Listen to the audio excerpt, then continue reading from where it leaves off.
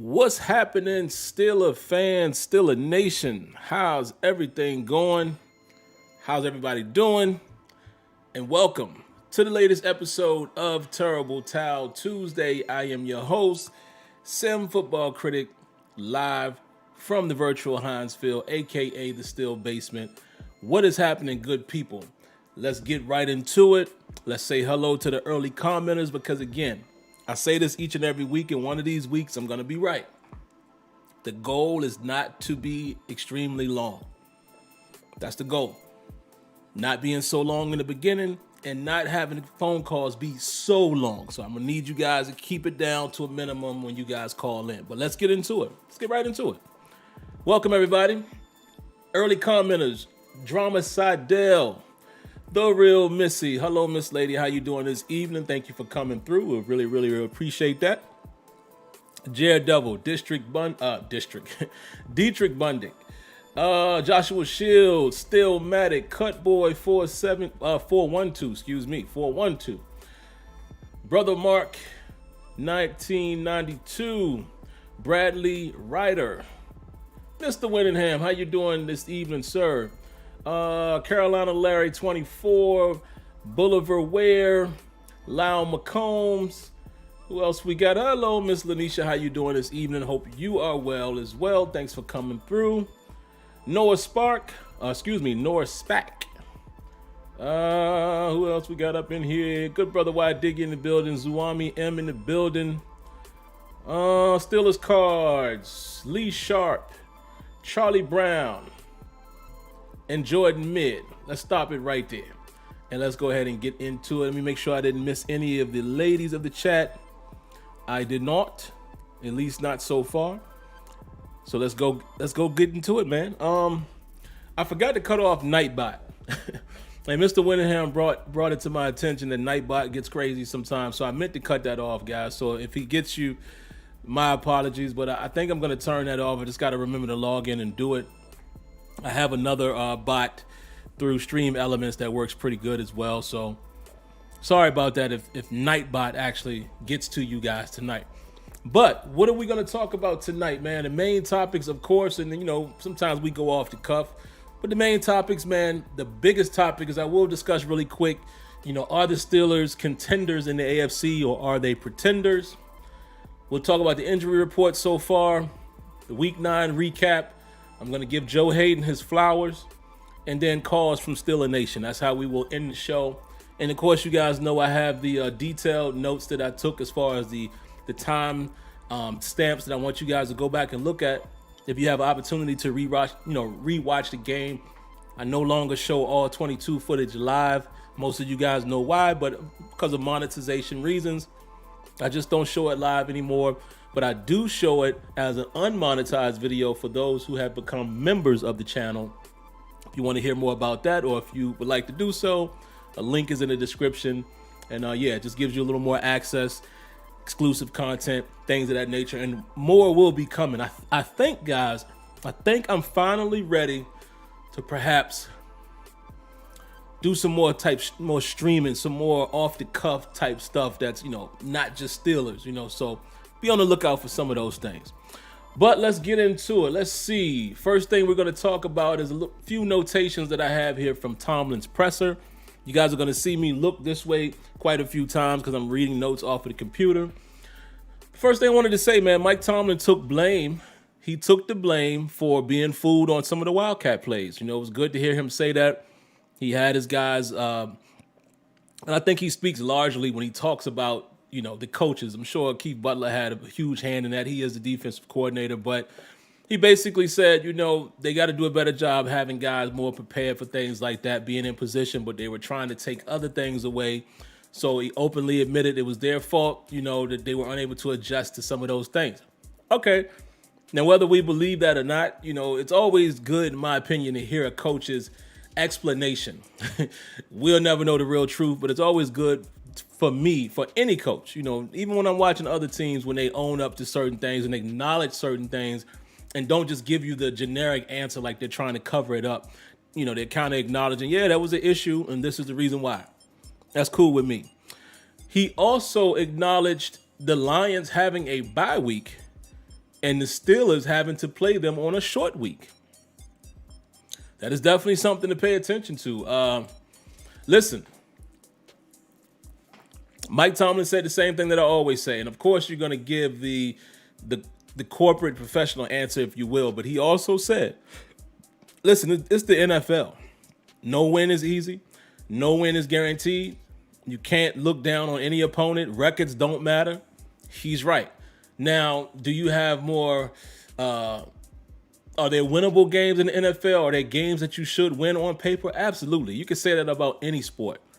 But the truth of the matter is, things happen. Just look at week 9. And look, our Pittsburgh Steelers were almost a victim of that. But look at the upsets that happened in week 9. So I know what people are going to say, oh, man, but the Lions haven't won a game. But that makes them dangerous. That makes them hungry. Right? I'm not saying we're going to lose the game. I'm just saying you got to be prepared. And I'm glad that Mike Tomlin addressed it as much as well. Because, again, a lot of times people, you give your opinion and people will think it's just your opinion. But no, that's a fact. You can say we shouldn't lose all you want. And I don't think we should. But cannot go into that situation because let me tell you something. If any NFL player goes into an NFL game thinking we got this in the bag, then you're in for a rude awakening. So we shall see. And I understand, I don't even care to get into that because hopefully we're not talking about a loss against the Lions. But I'm just saying, man, you have to approach each game in the same manner. What else did I have here from Tomlin's presser that was important? No other real big hit news. Of course, he always talks about the upcoming opponent and things of that nature. He answered a few questions about things that transpired in the game. He did mention some of the injuries. Chase Claypool, guys. Chase Claypool is getting an MRI on his toe. So we don't know what the significance is of that. I don't know if that information is out at this moment. But, yeah, that is interesting. If Chase Claypool is down for any significant amount of time, it does change a couple things that we do. It does allow defensive now to kind of look at Deontay Johnson, right? Being that he's already the guy that's getting the solo coverage and things like that, able to beat it. But now maybe you're not so concerned about some of these other guys. So if Claypool is not out there, big body guy that can, stretch the field, even though we haven't really seen him stretch the field and get a lot of separation, but still the threat is there. He's a huge threat in the slot. Take him off the field. You're left with Deontay Johnson and James Washington and maybe Cody White, because, he was out there last night too. Do we bring up one of the guys from the practice squad? So, we got a couple receivers, a couple names that we know. Forget the kid's name, but y'all know who I'm talking about, man. And one who used to play for the Bears. Forget his last name now, it's slipping my mind. But we also have the Sims kid.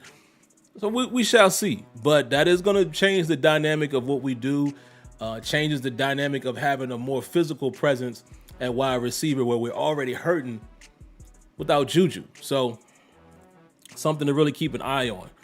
Cam Hayward also was dealing with an ankle injury, which he was dealing with that before this week's game. So hopefully that doesn't affect him. And these are kind of the guys that Tomlin said they were kind of dealing with something going into it and no worse coming out of it. So again, Cam Hayward with an ankle, Robert Spillane with the ankle, Isaiah Buggs with the hip, and Eric Ebron is looking more likely like he might be able to participate against the Lions, and the famous participation will be the guy. Now, a couple things I want to talk about really quick, man, before I dive all the way into the timestamps as far as the plays, and I'm just going to bounce around here. Guys, the Steelers really struggled with play action in this Bears game. I mean, they really did. They really struggled out of play action. Play action was when we got, gashed most of the time, or we gave up the biggest plays. But not only just play action. What I noticed watching the game as well, trips formation. Whenever the Bears went into trips and we played a zone against it, they were just finding the Bears were finding all types of holes in the zone, man. And you got to credit the receivers, tight ends, and Justin Fields. But again, if you look at the details of the game, if you go back and pay attention to the times that it was trips and we played zone coverage against that, eating us up. And I don't know if that trips formation had something to do with it, taking guys in and out their zone area. I don't know.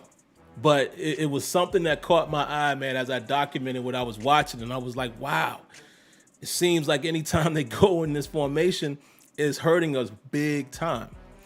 I also want to talk a little bit about the referees, man. Listen, and I kind of got off of it last night, man. I didn't dive all the way into it the way I wanted to. Got to be honest with you guys, man. And I'm not going to be still a homer here. I'm not going to be biased because, I've seen some people complaining about the catch of Goodwin. And I did confirm it's Goodwin. Last night I was calling him Godwin. But I've seen some people complaining about that, saying that he didn't have possession. I kind of think he did. It was close. I think it stands because they called it a catch, right? So it maybe could go either way. If they want to say that he did possess it as he had it, his hands were kind of on it like this, you can't necessarily be mad at that. He had taken enough steps to where surviving the ground doesn't matter. And how ironic the surviving the ground doesn't matter now after Jesse James still caught it against the Patriots, and then Jesse James is in that game last night. I just thought that was interesting, but it is what it is. I'm not too mad at that one. And then also, I see some people saying that Ray didn't fumble. He kind of did. The ball was moving already. I know people are saying that he pinned it to his hip or his side. I don't think so. I think the ball was still continuing to move. He never really possessed it. Now, if you want to say that simultaneously for a moment when it was on his side and his knee was down, you're going to call him down? I don't know. But I do feel like the ball was ajar, right? It was knocked loose, and he was trying to fight to repossess it. It was a fumble, in my opinion. Now, I wouldn't have been mad, obviously, not just because it's the Steelers, but I wouldn't have been mad if they would have said he was down either. But I'm just saying those were close enough calls to where I can say we didn't really get screwed out of it, right? You know who got screwed out of it? Chicago Bears did. Yes, I'm saying that. And if anybody wants to clip this part right here and post it as a highlight, let me say it really loudly. Yes, the Chicago Bears got screwed last night by the referees. They did. You can't deny that. I told you guys, I'm not biased. I'm not a homer. I want the refs to get it right, whether it goes against us or it goes for us. I want them to get it right. The Bears got screwed, man.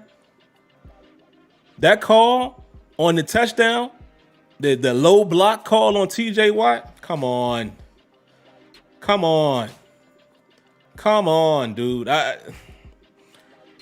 And there was plenty calls that just went their way that shouldn't have. The missed calls. Alex Highsmith on that same drive definitely hit Justin Fields late. No question about it.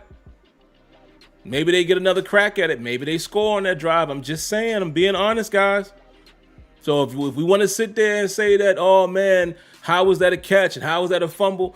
Let's step on the Bears side of the field for a moment and acknowledge, yeah, they got hosed, man. No question. It is what it is. And it's funny because I see people on Twitter saying, oh, they only won because this is, okay, that might be valid, but we can say that every week. We've lost games like that.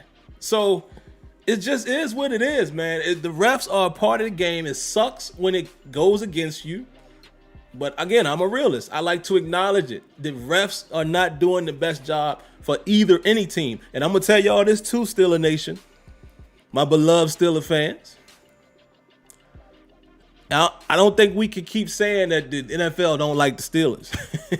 Not after last night's game. I don't think we can say that no more because, that's always been the narrative by some. Oh, man, they hate us. And they hate. Nah. The Bears looked like they was on that side of it last night. And here's another thing about some of the calls that they rightfully happened. You talk about the Steelers coaching staff. And see, again, to me, I don't think this is coaching. Let me say that loudly and clearly. I don't think what I'm about to say is coaching. Players have to be responsible for their own actions. Robert Quinn. What? Fam, how many times are you going to line up offside? I mean, if this microphone was the line of scrimmage and this is the top of his helmet, homeboy was like this.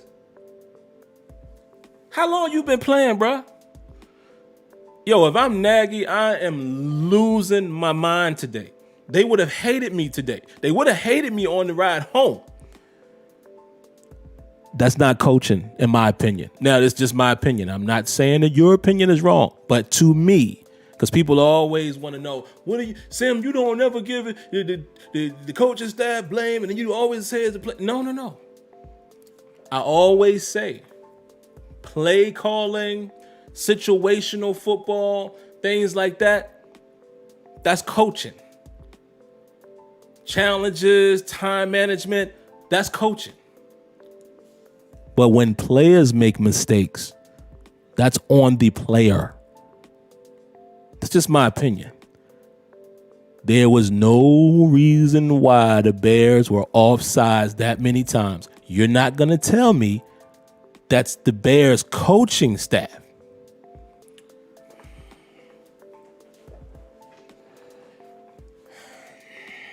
I'm just saying. And I do believe there was some truth to what TJ Watt was saying too. Let me add that on. It was a few times in that game where I did feel like their tackles was getting out a little early. I felt like that. So like I said, man, the refs just had a bad night, period. Point blank, period. The Bears, I feel bad for you guys because, listen, even being on the winning end, nah, that was crazy. It was pure crazy. Another thing I will talk about really quick too, man, as I watched the game again, you know what? The defense didn't play that bad. We did give up a lot of chunk plays, but honestly, if you take Ray's fumble off of the table, and I know people can always say if, but seriously, in this case, if you take that fumble off the table, remember they scooped and scored on that. The game isn't as close. It's not. We had just got a significant stop, you know, and looked like we're going to get the ball in good field position again, and at least we burned some of that clock. But the game isn't as close as it ended up being, in my opinion, without that touchdown. So let's not forget that. Remember what I always say, guys. If your defense can hold an NFL team to 20 points or less,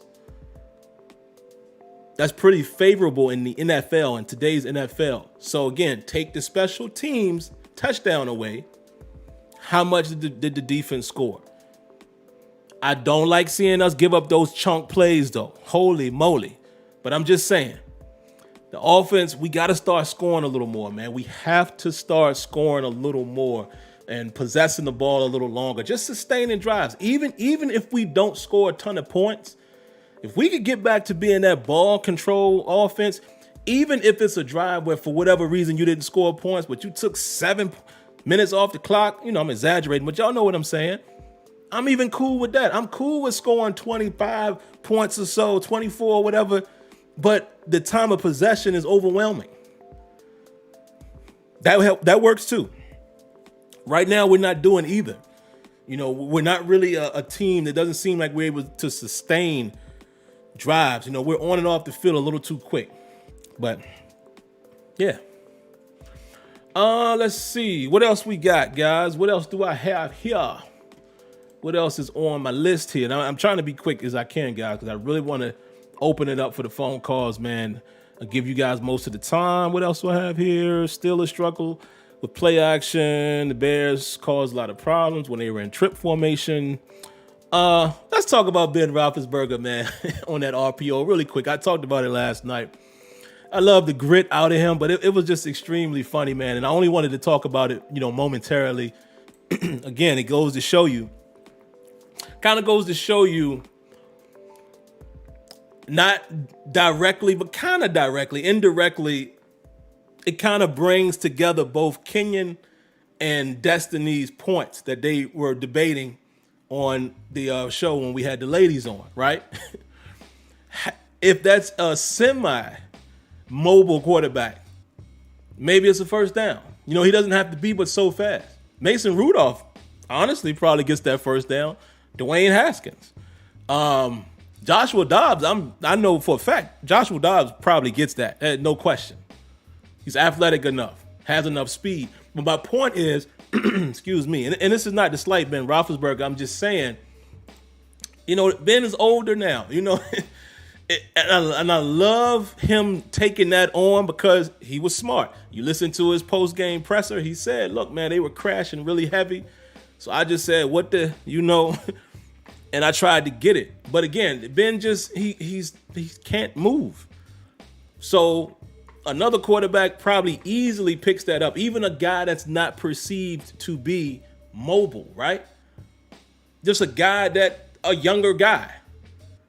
He picks that up. And again, I am not bashing Ben Roethlisberger. I'm just saying it kind of goes to show you those are some of the elements that we could add into our game from the quarterback position once we have a mobile quarterback. And I'm sure you'll start to see more of that from Matt Canada. Here's another thing that made me think about maybe possibly a more mobile quarterback. And I know it's not fair to compare, but just imagine Lamar Jackson in this situation. Remember when we did that it looks like a little option pass? Where Ben rolled to the left and he ended up throwing it to Ballage, but he was kind of baiting it like it was an option. Imagine a guy like Lamar Jackson running that, right? And again, I'm not saying everybody's going to be Lamar. I'm just saying, imagine a mobile quarterback in that situation. He has the option to tuck and turn up instead of just having to throw it. Ballage got 3 yards on it, but you see what I'm saying? So that's the different type of elements I think we're going to see from a Matt Canada when he has a quarterback that's semi-mobile. He doesn't have to be a super mobile guy, but at least a guy that can move, right? And we talk about this guy, and I said he reminds me of Baker Mayfield, but in all honesty, if we were to draft him, I would accept him. But a guy like Sam Howell could run that easy. You see what I'm saying? Obviously, Malik Willis, but I'm just saying, even a guy like Sam Howell, you just got options there. So, just thought I would mention that, man. What else I got, guys? I'm trying to get through this, man. Talked about the refs. Here's a quick question I have for you guys, and actually, I'm going to put this at the bottom of my notes. I'm going to throw it out here now, and I'm going to try to remember it after we take the final phone call. So I'm going to put it at the very bottom. But I want to know what Zach Banner brings to the table at this point. Ponder on that a little bit. I'm not going to see you guys' comments right now. But at the end of the show, once we get through the phone calls, I want to ask that again. What does he bring to the table right now if we were to insert him into the lineup? And the reason why I'm asking, I'll go through that when I get to one of the plays here that I notated. And the last thing, round of applause to Joe Haden, man. Let me give Joe Haden his flowers. Round of applause, Joe Haden.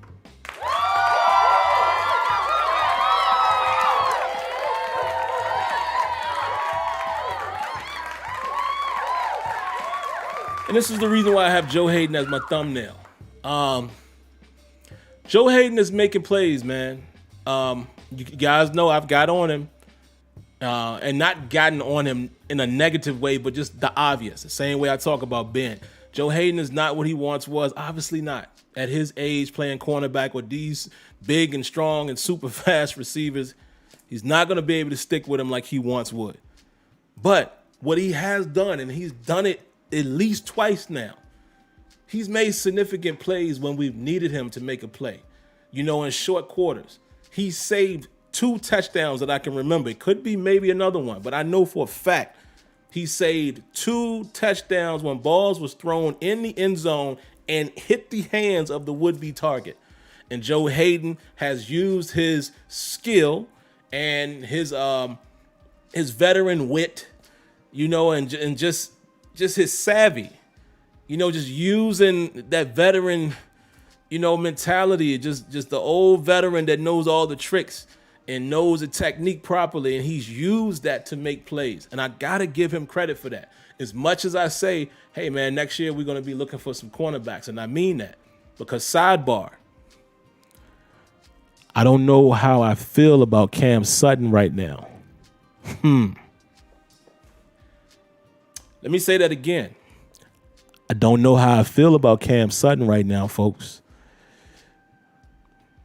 I'm going to really start paying attention to Cam Sutton to see if I'm wrong or right.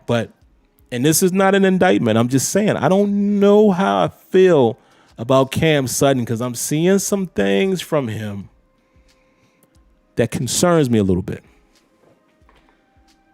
But anyway, got to give Joe Haden his flowers, man. He's doing a good job at key moments. Has he given up some catches? Yes, he has. But he has made some significant plays that directly affected the outcome of the game. So shout outs to Joe Haden. I know that's Destiny's boy. Let's see.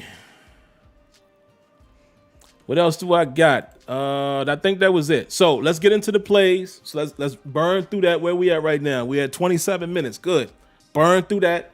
Then we're going to open it up to phone calls, man. So I'm not on here all night. Like I said, the goal is to make this show long, but not long, if you know what I mean. All right, first quarter. And again, for you guys that might be new, let me let you know what I'm doing. I'm just giving you timestamps of significant plays that were obvious, but then also plays for you to go back and look at. So you kind of can get into my mind to understand the type of things I'm looking at and what I notice as well. You guys that will see some of the all 22 footage, these are some of the plays that we'll look at. First quarter, 14 minutes and 23 seconds in. Nice hit by Arthur Marlette. I got to give Arthur Marlette credit on that one. Nice tackle, right? And I think it solidifies what I once said. You see the rotation of Arthur Marlette and Trey Norwood, right? And Marlette is more of the guy that we bring in for more of the run defender part of Mike Hilton that we miss, right? And the blitzer. Trey Norwood has been more so the coverage guy of Mike Hilton, but actually last year that was Cam Sutton. But Trey Norwood has kind of been the coverage guy. Marlette has been more of the play to run blitz type of guy, right? Which is going to bring me to another point later on as to why he was out there in certain situations. And actually, I had that as one of my questions, and I seem to have deleted it, but we'll get to it. But anyway, that was a nice hit right there. 13 minutes and 2 seconds, first quarter. Almost ended up really bad, folks. Really bad. This was that play where it looks like Ben forced it into Claypool, and some people would say it was a drop. It was a really tight throw. Well, after further review, let me tell you what happened. Again, 13 minutes and 2 seconds of the first quarter. The cornerback appears to be playing a trap coverage. I can't wait till I can see this on the all 22 so I can confirm. So he's either playing trap coverage or he's just doing that on his own, like instinctually just doing it. But what he does on this play, I think it was the Vildor kid. If I'm saying his name correctly, it was number 22. Excuse me. What he does is he lines up tight. The other corner on the opposite side is off. He lines up tight. He presses. He presses Pat Freiermuth to make it appear like man coverage, right? Or that he's going to play, a bump and run type of situation. He turns his back, acts as if he's going to run with Freiermuth, then he whips back around and he's in the flat. Looks like a trap. And had Ben Roethlisberger threw that ball accurately, it's a pick.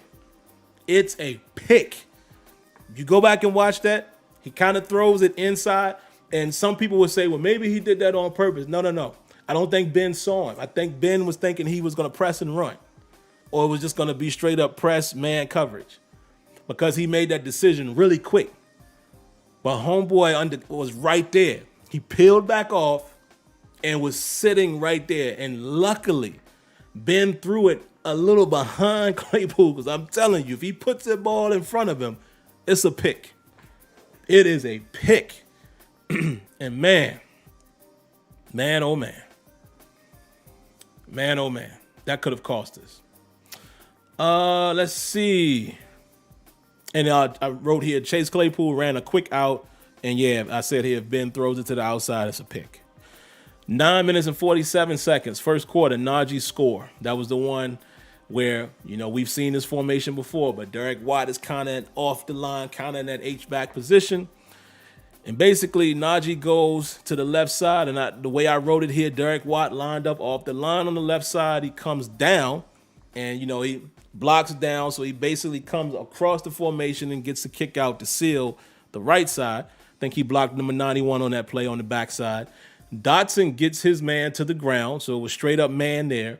And then Trey Turner and Kendrick Green both got to the second level. And then you get Gentry with the kickout block on the left side, on the play side. Beautiful execution. We scored from 10 yards out. And Ben Roethlisberger, I notated that was a under the center run right there. So it was good to see that type of action, man. Offensive line doing a phenomenal job in that situation. Even though, sidebar, I have to say, Kendrick Green, his lack of strength showed up big time last night, man. He was getting abused a little bit.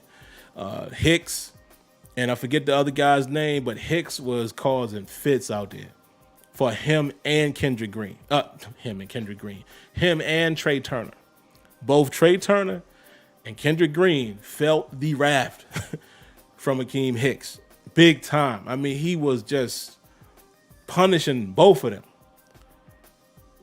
Kendrick Green is going to have to, we'll see, man. We'll see. And I'm not so sure. Again, it's early. It's early. I'm not trying to say what he's going to be or what he isn't going to be. But it would be curious to see, man, if his level of play kind of stays where it's at. If a center is available, do the Steelers see him as a center long term, or could he potentially move to guard? Just remember, guys like Trey Turner might not be with us next year, okay? Dotson's natural position was right guard. Maybe he moves to right guard. Maybe Kendrick Green plays left guard. He played left guard, and I think he played both sides, but I remember seeing him at left in college. And again, I'm not saying he would be a great guard either. I'm just spitballing. I'm wondering how the Steelers would feel about that position next season if there's a legitimate center available. Well, we'll see. 2 minutes and 50 seconds left of the first quarter. Chris Wormley, we've been saying that the boy has had a quietly good season, but this was TJ's first sack, but it was all Wormley. Beats his man right off the ball. I mean, he forces Justin Fields to go to his left. TJ happens, got his pressure and happened to be rolling around the left side and comes back in and able to clean that sack up. But that sack, and even though he didn't touch Justin Fields, I would hope that is scored as a half sack, because without that, maybe it's not a sack. But Chris Wormley definitely made that sack happen. Second quarter, 13 minutes and 28 seconds. I said the O-line gives Ben all day to find Pat Freiermuth. That was the touchdown. All day long. That was the one when Ben was standing back there looking around, pointing to the left, and finds Freiermuth. He uncovers himself, right? But I made a special notation here. Chooks did a phenomenal job on that play. Okay, now most of the action was happening to the left, and they only sent four. They only sent 4 rushers. They kind of got a little jumbled there on the left side, but on the right, Chooks was one-on-one. And he catches the power rush. The dude tried to put a power rush on him. He actually catches it and just handles him. Handled him well. Phenomenal job on that play. And that's, again, why I said I wonder what Zach Banner brings to the table at this point, being that Chooks isn't playing too bad. He's had some not so good games, but he's had some decent moments. We'll talk about it later at the end of the show. What else do I have here? Oh, on that play as well, if you go back and watch it, 13 minutes and 28 seconds of the second quarter. Trey Turner just stops. Y'all got to see it. He just stops. It's a moment where he just stops and stands there. And granted, you can say, well, the ball is probably already gone, but the ball is not out of Ben's hand. You got to see it. You have to see it to know what I'm talking about. He just stops and and it makes me think back to what people were saying early on. When we signed him, people were questioning his motor. Watch that play. You guys will see what I'm talking about. It's right at the end. 9 minutes and 12 seconds of the second quarter. Sutton gets caught peeking in the backfield on play action. fools him very well, and his guy runs right past him. And you could tell it was his man, primarily because of what the coverage looked like, but also when he turned around, this dude went into a dead sprint and realized that, oh, you know what? I messed up. But here's my question. When you look at the formation that the offense was in, you're the lone corner on that side. Compressed set. I'm trying to figure out why he bit so hard on the play action as a DB. Now, I get it. Play action, and if you're trying to stop the run, I get it. But to me, as a DB, your primary is pass. So you should come flying up only when you know the ball is out of the quarterback's hand to assist in the run game. I feel like cornerbacks and safety shouldn't bite so hard on play action because your first primary concern is the secondary. Go watch that play and look at how bad Cam Sutton bites on that play action and Justin Fields throws it right down the left side to his man. And like I said, I'm not willing to say Cam Sutton hasn't done some relatively decent things, but he's had some moments, man. Remember when I showed you guys that situation? I showed you the screenshot, and then for you guys who are members of the channel, you saw the actual play against Seattle, where I said if Geno Smith would have just looked to his right, it was probably going to be a 74-yard touchdown. He's had quite a few of those moments, man, and I don't quite know what's going on there. 8 minutes and 14 seconds, second quarter. Look at how fast Highsmith gets off the ball. That's what I put as a notation. TJ Watt gets the sack. This was the one when it was play action and Watt comes from the left. Highsmith comes from the right, and, Justin Fields never saw TJ Watt. But, bruh, if you go look at Highsmith's get off right there, Highsmith is going to be a problem, man. And he kind of reminds me of not the player. Understand this. I'm not comparing the two players. I'm just talking about. I hate to say this because he does not remind me of Bud Dupree at all. But remember when Bud Dupree really wasn't quite getting there, and we all was like, man, he has that first step, but he just can't never get there. Highsmith is different because he has all of the rush moves. So when I say this comparison, what I'm saying is I think we're going to start to see Highsmith's sacks and things come later. You might not be seeing it right now, but I'm telling you, it's going to happen because his get off, his pass rush plan, the arsenal of moves that he has, is coming. It's coming. It's coming. Highsmith going to be all right. I see Highsmith playing the run a little better now. Highsmith is going to be a good player. Just watch. And especially with TJ getting off the way he's doing, TJ going to keep getting these chips and double teams. Highsmith is about to start eating. I can't say if it's going to be this season. He'll probably get a couple more sacks this season. But I'm telling you now, Alex Highsmith is going to be a problem. But go look at his get off on that play. 28 seconds in the second quarter, right before the hat. Man, we have 40 minutes, guys. Let me hurry up and get through this. Joe Haden saves a touchdown against Jimmy Graham. Y'all already know that one. 28 seconds. Third quarter, 12 minutes and 55 seconds. Scramble drill. Ben Roethlisberger, in my opinion, makes a bad decision. Remember, that was the one when he had to kind of scramble out of the pocket and James Washington's over here and he does that little throw to him. Had no chance of being complete. But what I notated here, and let me say this to be fair. For me to say that Ben should have saw this is not fair. But it just goes to show if Ben would have scanned the field instead of just eyeing Washington, dog, he had a chance. Claypool was behind the defense, and Claypool recognized it. Claypool recognized the scramble drill. You watch Claypool, he's standing there, he's looking at Ben, and then he just heads upfield. He's by himself behind the defense. And again, I'm not trying to say Ben should have done this. I'm just saying it's times. Remember when I said I'm consistent in what I say? I say that Ben sometimes locks in on one guy. Think about that play. That had no chance to get to Washington. I don't even know what he was doing there, but he was watching Washington the whole time. breaks the containment. He runs close to the line. I guess he's trying to draw guys to him, and then he throws it to Washington, who's extremely covered. But again, once he breaks the pocket and comes up and starts coming to the line to fake out the defense, had he just scanned just a bit, Claypool is wide open. Wide open. You guys that see the all 22, I'm going to show you. But again, you're not going to make every play. I'm just basically letting you know there was an opportunity there. That's all. 10 minutes and 52 seconds of the third quarter. The deep shot, the Goodwin. Guys, there were only 2 routes. I got to show you this, man. And my bad. I meant to do this. Let me do it right now. Let me add it to the stream. I got to show you guys this. I meant to do this before the show and I forgot, but I'm going to do it right now. Give me 2 seconds. Y'all ain't going to believe this. Y'all ain't going to believe this, man. Where is it? I saved the screenshot. Here it is. I'm going to put it up on the screen. You guys can see that, right? Oops. Do y'all see that?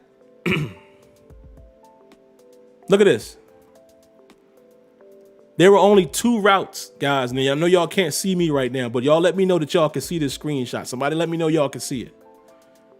There were only 2 routes on this play action. 2. Now, the running back, he did leak out in the flat, but he was covered. Guys, look at this. This is the guy, Goodwin. Goodwin was on this side of the formation.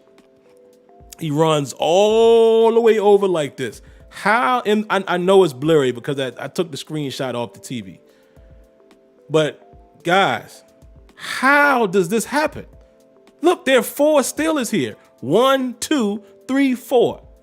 How do you let a guy come from here all the way across field? Like I said, play action gets us. But look at this, man. This is crazy. Again, when I show the all 22 for you guys that'll be able to see it, we're going to look at this from the high view. Guys, like I said, diagnose the play. There's only 2 routes. Somebody, even you can carry him. You can just run with him all the way over. I don't know where he was lined up. Minka got to see that coming across. This is crazy. It's crazy. Crazy. So we're going to take a look at that. But I had to show you guys that because I almost lost my mind. That's what I was talking about, Kenya, when I texted you and Tony earlier. That is unacceptable, bro. I'm sorry. It's unacceptable. All right, let's keep it moving. Quick. Where am I? Okay, just talked about that one. That was at 10 minutes and 52 seconds of the third quarter. Now, all the way down to 47 seconds of the third quarter, Steelers give up another deep shot. And guess what the Bears are in? Trips and play action was killing us. Fourth quarter, 15 minutes. Edmonds gets beat down the seam by Jimmy Graham. Listen, I told you guys, Terrell Edmonds has been playing relatively well, but coverage just ain't his thing, man. You let an older tight end like Jimmy Graham, just come right at you and beat you down the seam. And good thing Minka was there coming over to at least, fly in and get a tackle on Graham, because if Graham catches that clean, he's already in front of Edmonds. I don't get it, man. We were just getting killed down the seam, bro. 14 minutes and 25 seconds of the fourth quarter. Linebackers are completely confused on the handoff to Mooney, the one that they scored on. And Devin Bush just looked completely lost. He was the backside linebacker, right? And he just looked totally lost. And nobody played the handoff except for Cam Hayward. And then, Cam Hayward can't get out there and make the play. But everybody flowed with the handoff itself. Nobody played the fake, right? Nobody played it coming back this way. The defense flowed so hard to the left side. It's like nobody thought we got to keep backside contained. And Devin Bush got sucked up so bad. Like he's still chasing the running back as the ball is clearly gone, and he never acknowledged it. And again, it's tough to say who would and who wouldn't make the play, but you gotta find the ball, man. You can't be lost for that long. And it was a great call by them, and they scored. 9 minutes and 37 seconds. Roquan Smith sack on Ben Roethlisberger. Let me let you know what happened there. Trey Turner completely missed Roquan Smith, but what happened was they brought a 4-man pressure, right? It ended up being a 4-man pressure. At the line, it looked like 5 were coming. They had all up on the line, 3 interior guys, 2 edge rushers, Roquan in the middle. But it looked like Roquan may not have been coming. But it definitely looked like at least 5 was there, right? What they ended up doing is they backed out their edge rushers, and Roquan became the 4th rusher, and he comes right up the middle because Trey Turner turns and double teams number 90 along with Chooks for no reason, and he lets Roquan run right past him, and Ben had no chance. So bad mistake right there by the offensive line. At 6:49 of the fourth quarter, Ray's fumble. This was significant. We already talked about why, because they got points on that. And then 2 minutes. 2-minute warning at the 2-minute mark. Marlette is beat badly on the slot fade. Right after that, 1 minute and 52 seconds. Marlette is beat again for the touchdown. Fields was able to roll to his left and easily toss it. Now I have my question here. Why was Trey Norwood not in the game?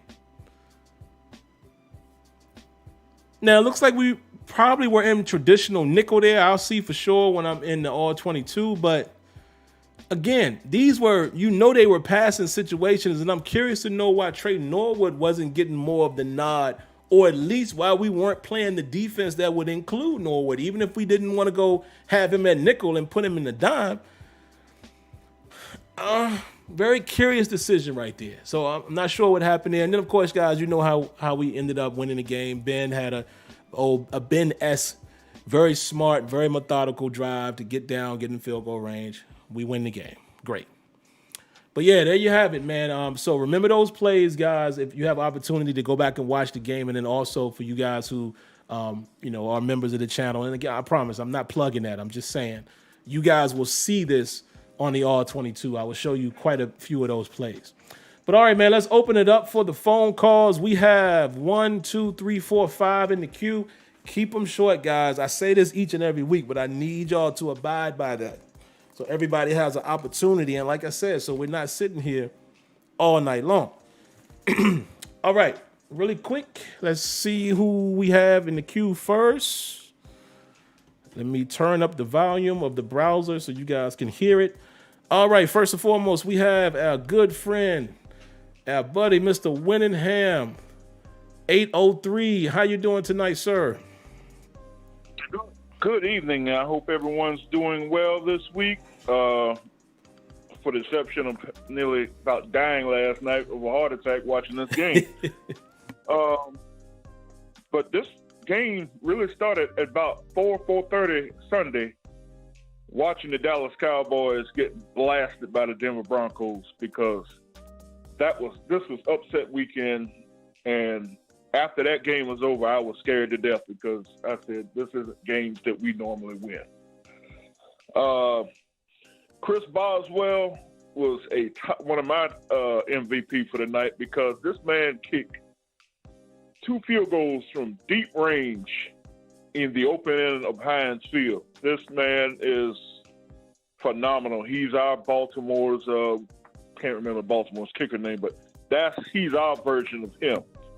Lack of turnover production is something that if we don't start making turnovers in our secondary, I don't know what this part of the season's going to turn out for us, which I have to give you and Kenyon probably more lean on your knowledge of what are we not doing in the secondary, and how come, here's a question, if you can keep this a reminder, why aren't we using Devin Bush as a spy on mobile quarterbacks?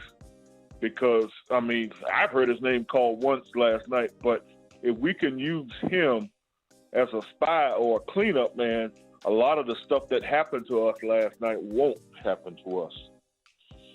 offensive line. I love Dan Moore Jr., but you asked the question, what does Zach Banner bring? Zach Banner you're definitely going to bring more to the power run game. I would not be opposed to moving Zach Banner to left tackle to replace a Dan Moore. The problem on our offensive line, Dan Moore, I noticed this during the Seattle game and some during the Cleveland game, there's too much penetration in our offensive line coming in two places. Coming down off the left tackle side, and of course Kendrick Green allowing too much penetration. But Chuks Okorafor kind of reminds me of Willie Colon, and Zach Banner obviously reminds me of Matt Starks from back in the day. And to close, I used quote Cam Hayward today, and I hope I'm saying this right. It's better to learn and win than lose and learn. Thank you so much, everybody. Have a fantastic week. Thank you as well, Mr. Winningham. You know, we always appreciate your calls. Let me be really quick with my response so I can get to the next caller. I want to stick right there with the offensive line with what you said. That's interesting. That's an interesting one. Maybe replacing Dan Moore with either Chuks or Zach Banner. So we'll see. We'll see. And you know, Dan Moore is going to have his lumps the same way as Kendrick Green. And the reason why I bring up both of those guys, not so much Dan Moore with this, but Kendrick Green, don't he seem lost sometimes, guys? If y'all really just watch the play, there's a lot of times where he's engaged for a moment and then he's scatterbrained, it seems like. And I don't know what that is. You know, he's a tenacious guy. He finishes blocks, but sometimes he loses like awareness after initial contact. After he's patty caked with a guy for about 2 seconds, it just seems like it's weird, man. It's weird. But yeah, I'm going to have to look at the defense, man. I'm really going to focus in on this game primarily when I get to all 22. It's going to be a little later because we played last night. I want to see what is happening in that secondary. Is it miscues? Is it the actual play call? Is it because we got too many open spots? But all right, let me keep it moving, guys, because we have a bunch of calls in the queue. I need y'all to short a minute and out. Let's get to the next one. Area code 505. What you got for us? Hey, what's up, Sim? Can you hear me? Yes, sir. What's going on? As happy as I am that we're 5-3, I am very concerned, especially with the schedule that we have. Yeah. 3 straight home games. We have a big lead, right? And we let them back in the game every time. Broncos got back in the game. The Seahawks got back in the game. And now the Bears. We really need to tighten up because these boneheaded plays are going to cost us with these opponents that we have. And I know that the Chiefs are bad right now, but that game is very scary to me. Mm-hmm. Because I can see Tyreek Hill running all over us with the way that our defense lapses at times. I am so frustrated that we can't just put our foot on their throats. I called a few weeks ago talking about how this team doesn't have enough I want to kill in their mind. You know, those are my thoughts. I'm not going to go too long. This is it. Thanks for having me on, Tim. What are your thoughts? Absolutely, man. Thanks for the call and thanks for the length of call. That was good right there. Appreciate that. You got a lot out, so I'll be quick and just hone in on one of your points. Listen, man, I see some people in the chat are saying, why complain? It's a win. It's not complaining. What my man is saying is the same thing I'm saying. You have to be a realist and look at what the team is. It's valid concern. I don't know what it is. Like I said, man, I feel like either the offense doesn't, and even if we don't score a lot of points, we don't sustain enough drives. We have a decent defense. We don't have a lights out defense, meaning there are going to be some slips. They've shown us that. Where teams are able to come back. And a combination of that is the defense wears down as the game goes on. We get that, but that's why we need the offense to sustain drives or score more points.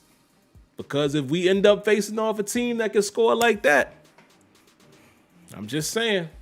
Appreciate the call. Next up, area code 443. What you got for us?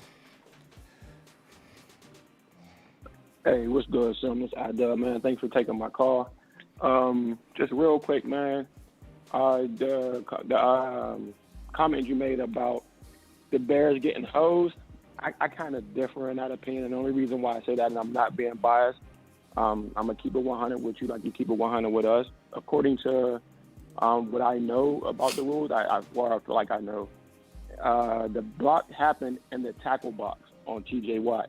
And whether he barely touched them, he touched them. And because he touched them and he went low, according to being in the tackle box, that's an illegal block. And those are the kind of little fluky plays that happen where if T.J. Watt's ankle got blew out or his knee got blew out, we'll be having a different conversation. Yeah. Other thing I'll say real quick, and I'll get off the phone, is people want to say that the taunting penalty on Marsh was the outcome of the game.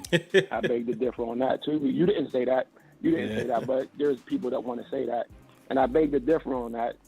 And the reason why is because the Bears stopped them the next series. So it really didn't, I don't feel like it had any bearing on the game because they stopped them. And we don't know if the Bears would have scored if they'd have got the ball back right then and there. And for the record, that was a taunting penalty. We don't like it, but because of where the NFL was going, it was a taunting penalty. And the reason why it was is because he did a karate kick. That was one celebration. He celebrated with two of his other teammates. That was a second celebration. He took 5 steps towards the Steelers' sidelines. That was another celebration while his other teammate came and celebrated again. So that is a taunting penalty. And I'll leave it at that, man. Thanks for taking our call always and have a great night. Oh, man. Thanks for the call, man. And I really appreciate 443. I appreciate your perspective from the other side. And yeah, I guess by definition that it probably was an illegal block. I kind of felt like, I don't know, I kind of felt like he was outside of the tackle box. But if you look at it from both sides, I guess I could see why the refs did call it. I felt like it was a little ticky-tack. But you made a great point. Had TJ blown his leg out, boy, we would be hollering, right? So, again, not being biased, we have to acknowledge that. And yes, it was a taunting penalty. I didn't like it. The league is turning cupcake, let's be honest. But by definition, like my man said, he used the rule for the first one. By definition of the rule, that was a taunting penalty. It was. And that's why I purposely didn't mention that one. It was. Appreciate the call, man. Next up, area code 214. What you got for us? Hey, Sam. This is Brent Fox calling from Dallas, Texas. I'm going to pull a Nicolas Cage and try to do this in less than 60 seconds. 60 seconds, I'm sorry. All right. 505 pretty much kind of mentioned what I was going to mention about being very concerned about us blowing leads. I think that is because of inconsistencies on offense. Also, yes, the defense can wear down as good as we are. My main concern is just making sure that there is some type of consistency that actually builds. That way we have maybe a respectable season like a 10-7 or maybe even a 9-8. All right, Sam, as always, I appreciate you, man. Thanks for taking my call. Man, Brent, appreciate you as well, man. And, you know, I definitely appreciate you being a member to the channel, avid supporter, man. And thanks for the call. Great points. And look how fast he did it. I appreciate that. Yes, I share that concern with you guys, man. We're just like, yeah, that's the perfect word. We're inconsistent.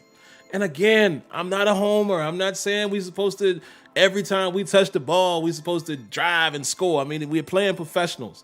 But still, it seems like the offense just can't get that extra drive to make the game run a little faster, right? Take more time off the clock, or that extra drive to close the game out.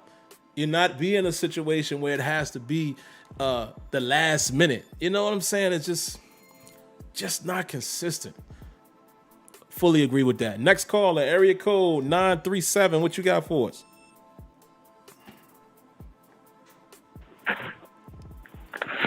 Hey, what's happening, man?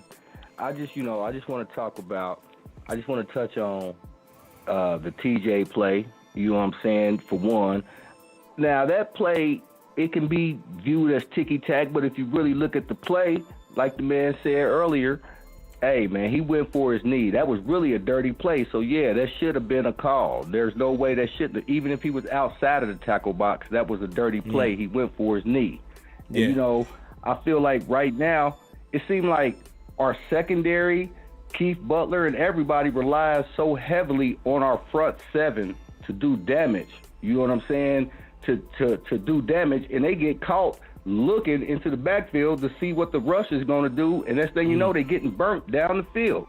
It's almost like Terrell Austin, Keith Butler are not sitting our cornerbacks up in a position to win, because that zone that we play it has to be one of the worst zones in the league. You know, our consistency, you know, on both sides of the ball is not there. We do good one drive, and then the next drive we look like a college team out there. You know what I'm saying? Kendrick Green is not looking real good. Trey Turner's taking breaks.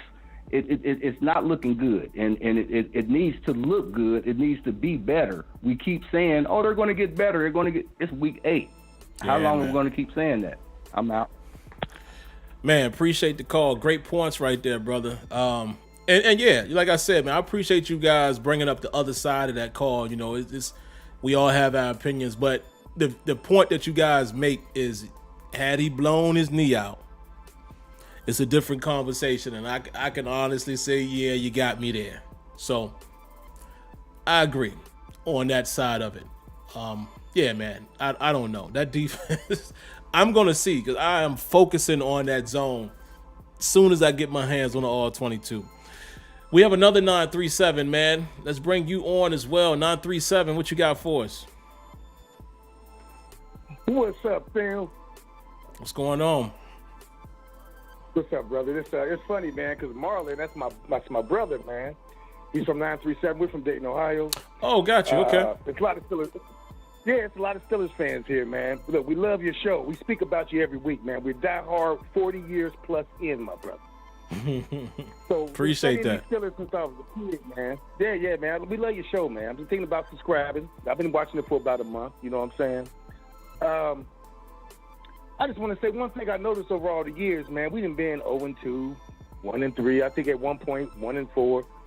The resilience, and I know we know our problems. We all know our problems. You know what I'm saying?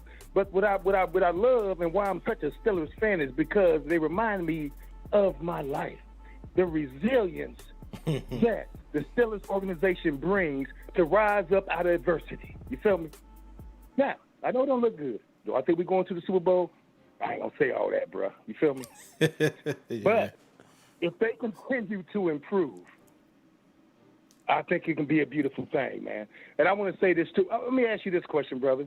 How do you like to keep what's the time length, you like for individual caller? What, 2-3 minutes? Yeah, about 2 minutes or so. You know, I mean, sometimes you can go a little longer, but I try to keep it shorter because if I'm being honest, expecting the show and all that to grow and getting more and more callers is just, the longer the calls are, I won't be able to get them all in. You know what I mean? Yeah, no, I say that respectfully, man, because I'm a respectful type brother. You feel me? But yeah, like I said, we like your show, man. And your show is going to grow, by the way. One more thing. I want to point out one more thing, man. I want to say this. Firemouth is going to be a Pro Bowler. Yeah. And I said this weeks ago. The boy is special, man. He's special. He has a special talent, man. He locates that ball. He's precise. He's got great feet, great hands. I mean, he's a rare talent, man. So, our first 2 draft picks, bro, I mean, we already know who the first one was. You know what I'm saying? They are the future. You know what I'm saying? I like to say that. They are the future, man. Let me see anything. I wrote down some notes, bro. I've been checking you out. That'll be it, man. I guess I'm going to be good, not be greedy, man. But we like your show, man, and keep doing what you're doing. What I like about you, you're fair, you're honest, and you're realistic. See, a lot of Steelers fans can't take that. See, here's the thing, bro. This is it. We're spoiled. You think yeah. every year you're going to a Super Bowl. It don't work like that. I'm spoiled too. I've been down since the 70s, man. Yeah, We man. keep getting rings. That's not realistic. There's a time of rebuilding. There's a time of rebuilding. You know what I'm saying? So we're still good. Now, I love Mike Tomlin because, he ain't never been above the 500. We all know that, right? So that's what's good about it, man. But keep doing what you do, brother. I'm going to check you out next week. Man, thank you so much for the call, man. Let me just take time to thank you and say this. There's one thing that you said that I disagree with, and this is this. It ain't my show. It's y'all's show. It's our show. You know what I mean? But I definitely appreciate, you checking me out, and you said Marlon is your brother, man. Marlon has been watching for a while, so I really appreciate and love you guys for that, man. But like I said, this is our show, and that's what my show is about. It's for us. I just happen to be the one that you see on the screen. So thank you, man. And really quick, I'm going to just chime in on that last part. Fryer move, man. Ain't it great, guys, when a player is doing exactly what you heard? Remember they kept saying he don't drop the ball in the red zone and all that. And, you kind of listen to that and like, yeah, okay. But ain't it great to see him actually do that? I love it. I love it. I wouldn't change anything about those first two picks because we can say what a Creed Humphrey or whoever else we might have wanted could have been. We could say woulda and coulda, but you can't be mad at the two guys that we got. And they are the future. Definitely agree with that. But appreciate it, man. We got 4 more calls, guys. Let's condense these calls down. Let's get them in and out so I can wrap up the show. First one is 678. What you got for us? Hey, thanks a lot for taking my call, Sim. I got a comment and a quick question. Do you not take phone calls any longer after the game takes place? And then my comment is, as far as being hosed, I think last year, you recall, I used to call in like almost every week complaining about the referees. I think we done got hosed on a whole bunch of games this year. Pierre got called earlier in the year for unnecessary or unsportsmanlike conduct. He the one that got grabbed up by the Raider guy. Oh yeah. But yeah. I think for the long, the way Vince Williams got held last year in that Cleveland game when Nick Chubb went around the corner. I mean, how I've been complaining. So, I mean, I'm not in agreement. I don't like, Mr. Willingham and that young man that just called. We grew up on a different style of football. We didn't, like you said, it's a cupcake game. It really is. It's really frustrating for somebody who watched the game in the 70s. That you had real quarterbacks back then. There wasn't no, and Jack Lambert saying back then that they should put dresses on the quarterback stuff. For real. I mean, I don't mean no disrespect to anybody. But No, I got you. Yeah. Dresses need to be put on these young men to be playing the game nowadays. You can't touch these guys. I mean, and James Harrison he got fined way too much money. You can't, defenseless wide receiver, what is that? That doesn't even make sense to me. But I'm not trying to go long about that. I just needed to know, I used to love calling after the game. I'm not sure if you're taking calls no more after the game or not, but if you are, I've missed out, and I apologize about that. But thanks a lot for taking my call.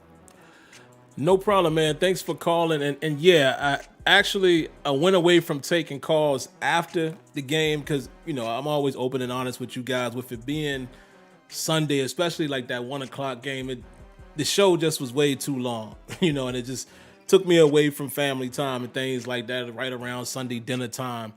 So I dedicated Tuesday is the dedicated night for calls since I don't show all 22 anymore. I allow that show to be lengthier and allow you guys to call in. So, yeah, didn't miss anything. And I did like that, too. I did like getting you guys knee-jerk reactions, but, it's got to be a work-life balance, if you will, even though this ain't work. But y'all know what I'm saying. All right, 3 more, guys. Area code 864. What you got for us?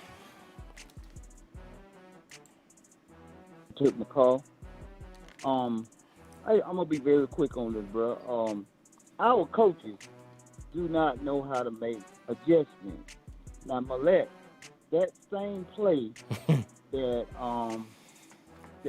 they had threw the ball and it overthrew the guy the first time. Right then and there, the coaches should have got on to that. So look, they're coming back to it. But they didn't. And sure enough, they came back to it.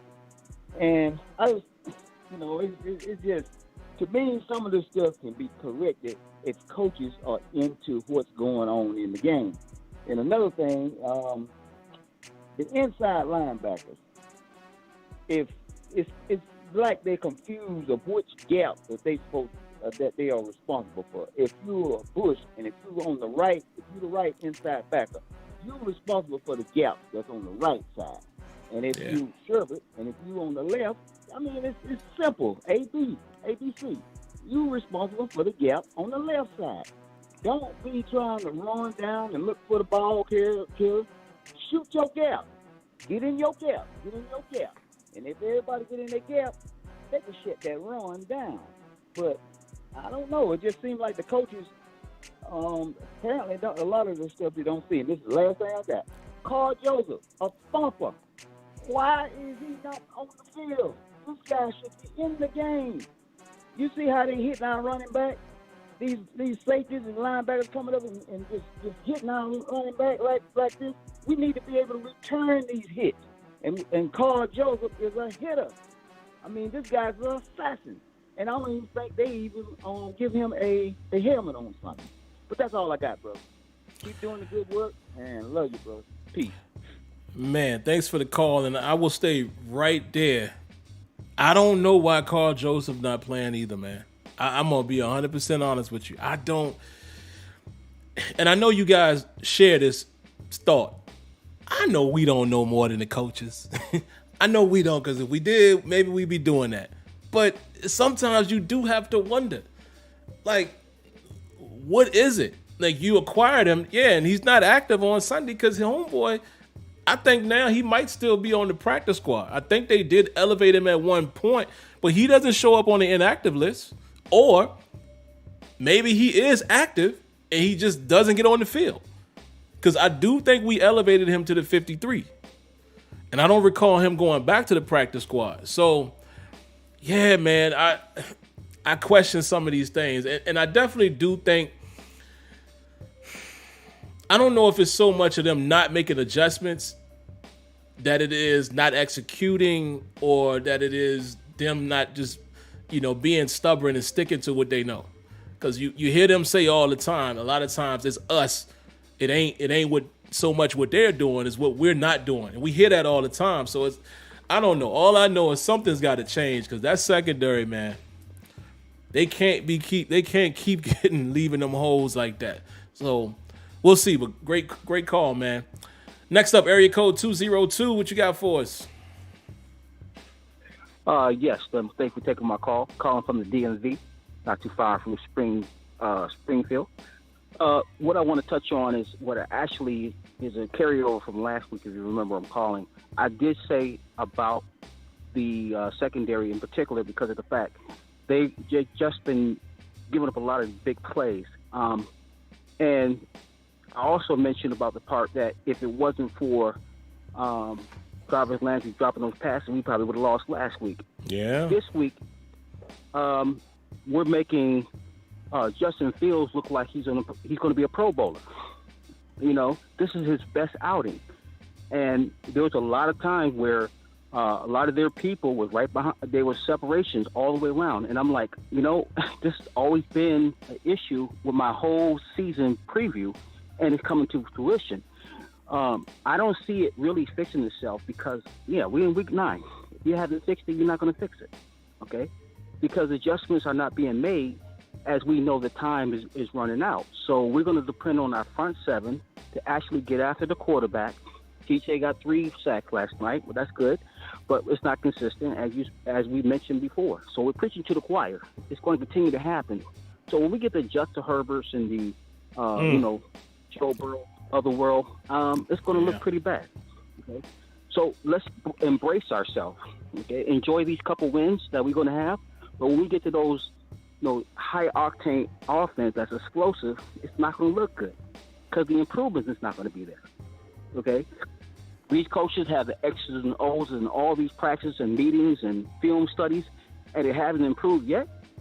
Come on now, we can't expect that to improve in the weeks to come when we know we're going to be facing Lamar Jackson twice, Baker Mayfield once, Justin Herbert another time. Then we're going to get, some other quarterbacks at the end of the season. I don't see it looking good. If we have a winning season, it's going to be a miracle. All right?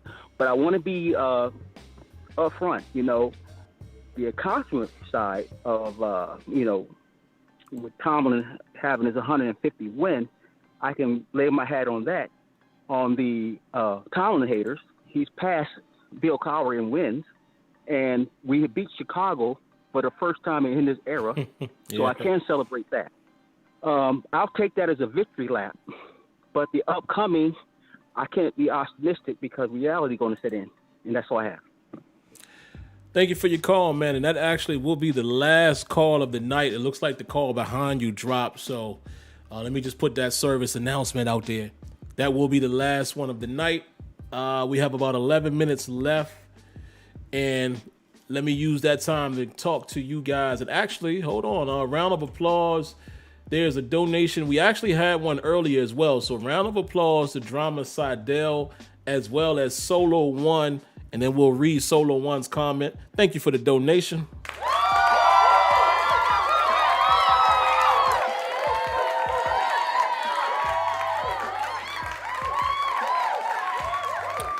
Solo One says, I feel like our offensive play calling is horrible situational possessions.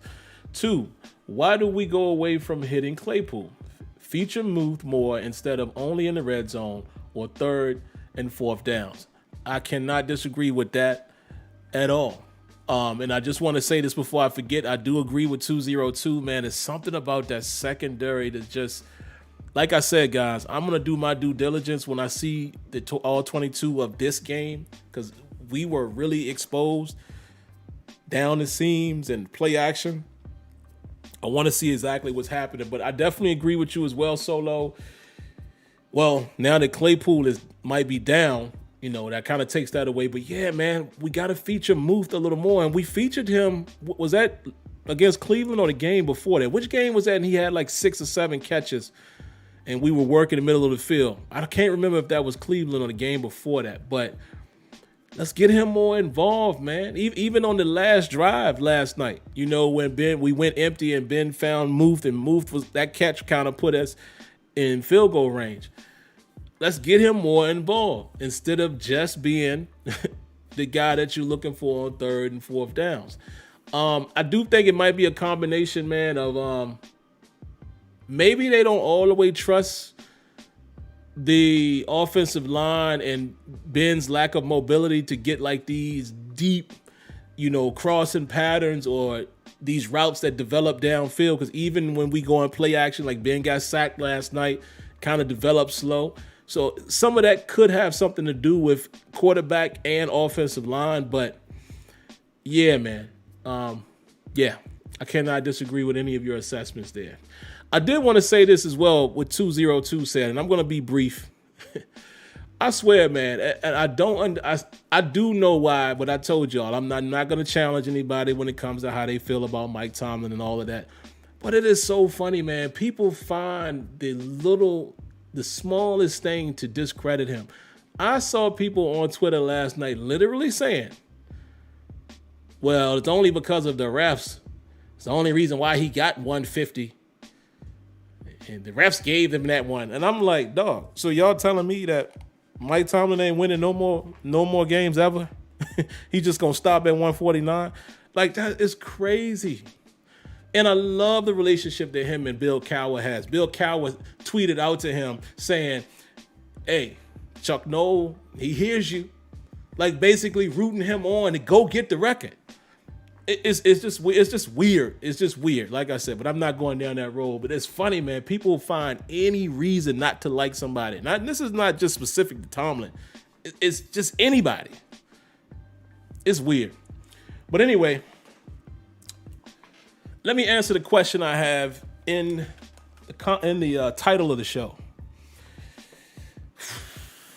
Are the Steelers pretenders or contenders? I'm not going to take the easy way out, and I'm not going to say I don't know. I'm going to give an answer.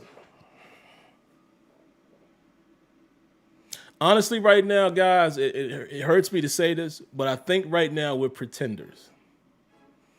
The reason why, let me try to explain this thoroughly quick, why I come to this conclusion. Listen, I think we can play pretty much with anybody in the AFC. It's been proven. The AFC has no clear front runner. One team that I did forget when we said this last week, the Titans looking like they might be formidable, bruh. And I don't mean that as far as like I didn't think they were formidable. I'm just saying the Titans seem to have that component of toughness, grit. You know what I mean? They looking real tough. Yeah, and I know they're without Derrick Henry, and that's going to hurt them. Adrian Peterson is not going to give them what they had with Derrick Henry, just his presence and the way defenses have to play against the run with him and things of that nature, with a Derrick Henry. But they just seem like a team, man, that they, when they used to say about the Steelers, man, they just got that grit. They find ways to win. And the Titans seem like that team right now. And I'm not saying that Pittsburgh, that our Steelers can't be that, because we're showing it. We're showing it that we can win some of these games.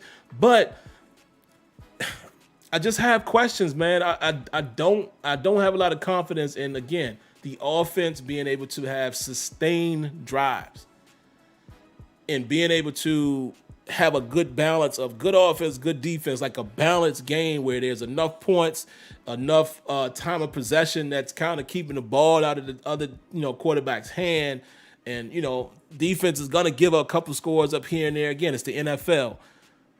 But there's too many of these close games and these teams are coming back.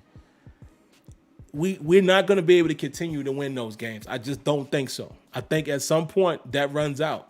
So we have to develop.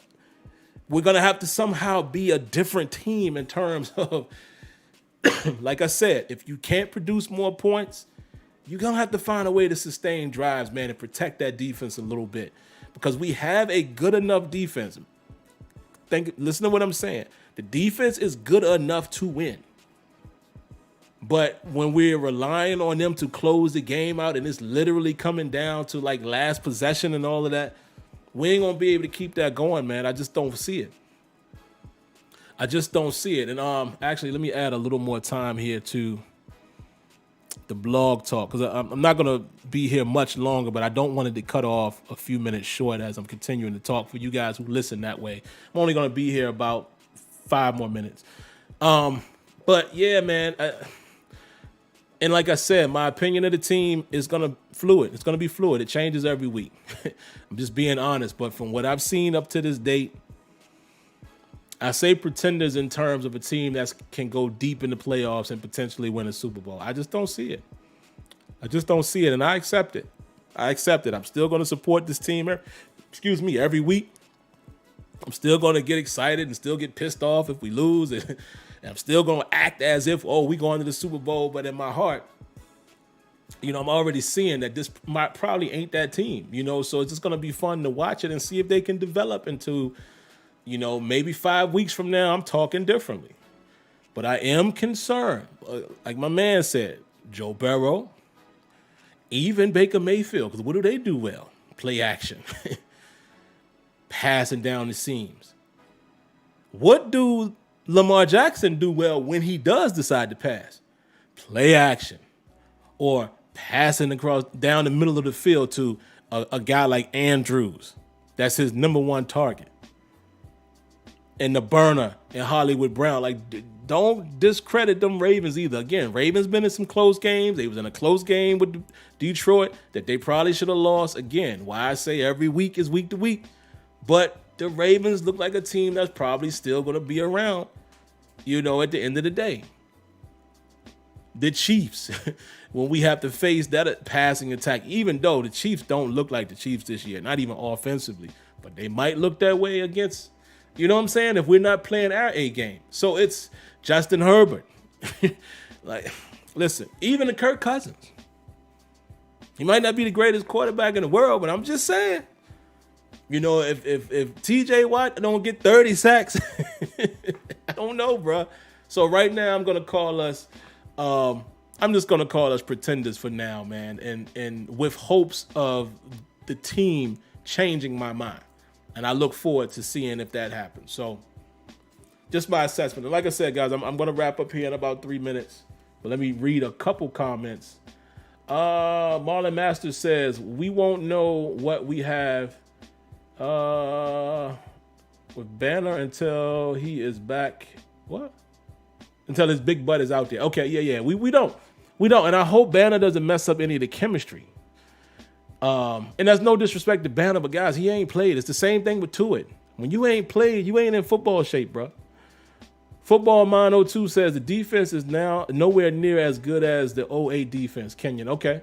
So, okay, Kenyon was comparing the defense, I guess. I didn't see the conversation, so I won't speculate there. Charlie Brown says, I'm telling y'all now, don't count on Banner getting out there unless an injury happens at right tackle. I think I'm with you, Charlie. I think I'm with you on that one. I mean, why shake up the cart now? I'm just saying. Ernest Grice says, I heard Witherspoon is good, but he gets into his own head, makes a mistake, or things not going his way, becoming his own enemy. Yeah, and it's funny because they said that's what they like about Pierre, that he doesn't do that. So that is a thing. You know, it's got to be short-term memory, man, when it comes to football. And when you out on that island, or you a secondary player, or you know what I'm saying, or you're a quarterback that throws an interception. Y Diggy says, I understand the pessimism and the concerns are valid, but the rest of the AFC teams are mid besides maybe Tennessee right now. We can steal these games and get at least 9 wins. I get it, Y Diggy. You know you my man, but I'm just saying, what good does it do us getting to what I'm saying literally is, do you guys think that this team is a Super Bowl winning team? Because again, I'm not going to be one of those fans that say, oh, Super Bowl or bust. Because just like my man said earlier, we are spoiled. It don't work like that. But honestly, when we say, yo, we could get into the playoffs, so we're really saying, when you say your team can make it to the playoffs, what you're really saying is they have a chance to go on and win the Super Bowl, right? That's what we all say when we expect the team to go to the playoffs. Do y'all think that the team that you see right now through 8 games is winning a Super Bowl against any of the top tier NFC teams? I'm just saying. And like I said, I did say I was going to ask you guys this at the end, so let me just throw that in really quick. The Zach Banner thing, you know, what do you guys, what does he offer us right now if he comes in for anybody on that line? What do you think we get from him? Aaron something says, I still feel like we can make a Super Bowl. AFC isn't looking too bright. If anyone can get better, it's us. That's true, but I'm just saying, do y'all think we win it? Because see, what I'm doing is throwing it back at the people who oppose, so what, the Steelers are winning and they don't win a Super Bowl. That means nothing. All right, so I'm going to use that. I'm going to use that like people try to use that against, people who say, well, we are a winning organization. Does it matter? Does it matter? If y'all don't think that this team can win the Super Bowl, does it matter? That's my question. Do y'all really think the team that you see now can win the Super Bowl versus Buccaneers, versus Packers, versus the Cowboys? Don't take them getting beat by Denver Sunday as to say that they're through. Versus any of them NFC teams that look like they're going to be there. Does the Steelers beat them outright? Like, you confident in saying that, yeah, I think we can beat them after going through the AFC, after going through Tennessee, more than likely Baltimore.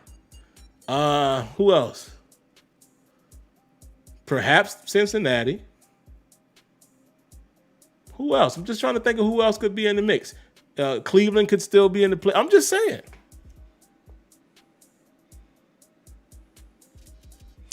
I'm with you, Todd Christian. See, he's sticking to it and he says yes. All right, so I'm going to give him that. That's his opinion. I'm not saying any of us are wrong. I'm just giving you my opinion. But I love Todd Christensen sticking with it and saying, yeah, man, we're going to win it all this year. I'm with you. Because that you are saying that and you're confident in it. So I'm okay with you having that opinion. But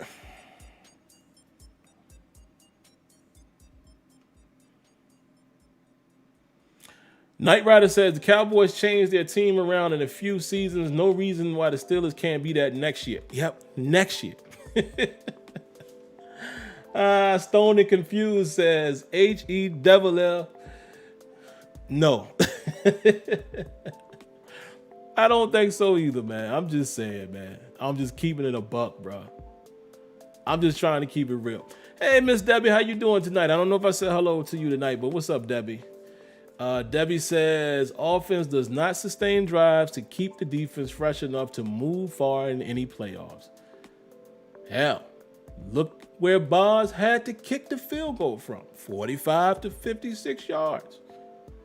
And when the defense is on the field long, they get killed. Debbie, you know what you about to get.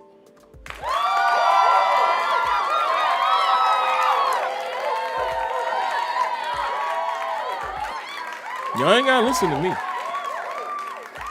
Debbie just said it all. And again, these things are not opinions. These are assessments.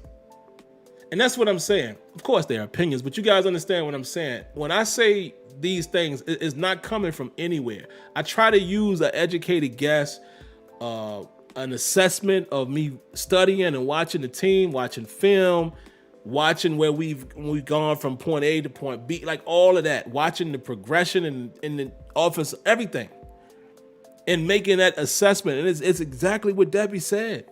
I just don't see it. But I'm open to be wrong. What have I told you guys? It's a fluid thing. It's fluid. Your opinion can change the more and more you get more eye test. But what would be crazy if, suppose the Steelers lost to Detroit? I would love to see your guys' thoughts then. For those of you that say, oh man, we gonna win. I would love to stay on that. If we were to lose, which I'm not putting that in the air because I think we should be able to take care of business with Detroit, but you never know. But if they were to lose, I want to see the same energy. Or, guess what? Your opinion can change because it is fluid. But all right, man. I'm going to get out of here, man. Let me see. Is there one more comment to read? Oh, yeah. Let me read this one. Hello, Sherry. I think Sherry is this, I believe, a female. So hello, Miss Lady. She says, hey, Slim. And, I'll take that. She says, you did say a few weeks ago that Ben was done. Yeah, I'm still saying it. I'm still saying that. Because what did I say? What did I say? I said the Steelers could still win with Ben. Did I not say that? Y'all help me out. Y'all my congregation. Congregation, can I get an amen? Have I not said, oh, the Steelers can still win with Ben if the Steelers are able to run the football, if the Steelers can sustain drives, if the Steelers defense can hold teams to under 20 to 21 points, if Ben Roethlisberger doesn't pass the ball 40 or more times, did not pass more than 40 last night. Steelers couldn't run the ball. Steelers couldn't sustain drives, and look what almost happened. Ben was able to muster a Ben Roethlisberger-like drive at the end, but so I stand on what I said. Ben Roethlisberger cannot win games anymore just off of his arm. He can't be Big Ben for us. Them days is over.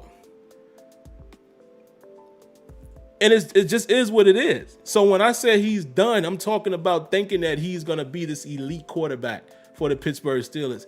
It's not happening no more. It's not happening. And let's not forget this. How many near interceptions has been thrown this year? I'll wait.